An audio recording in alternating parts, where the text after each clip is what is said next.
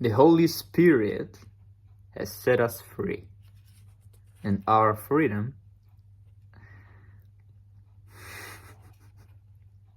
has made our separation impossible, and our unity has opened up completely new horizons for us, beyond which beyond which we just have to go together for new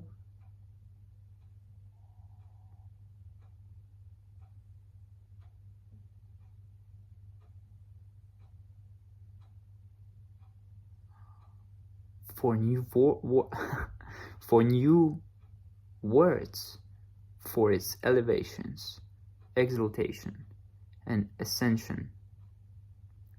It turned out that we are all words, full of grace and truth.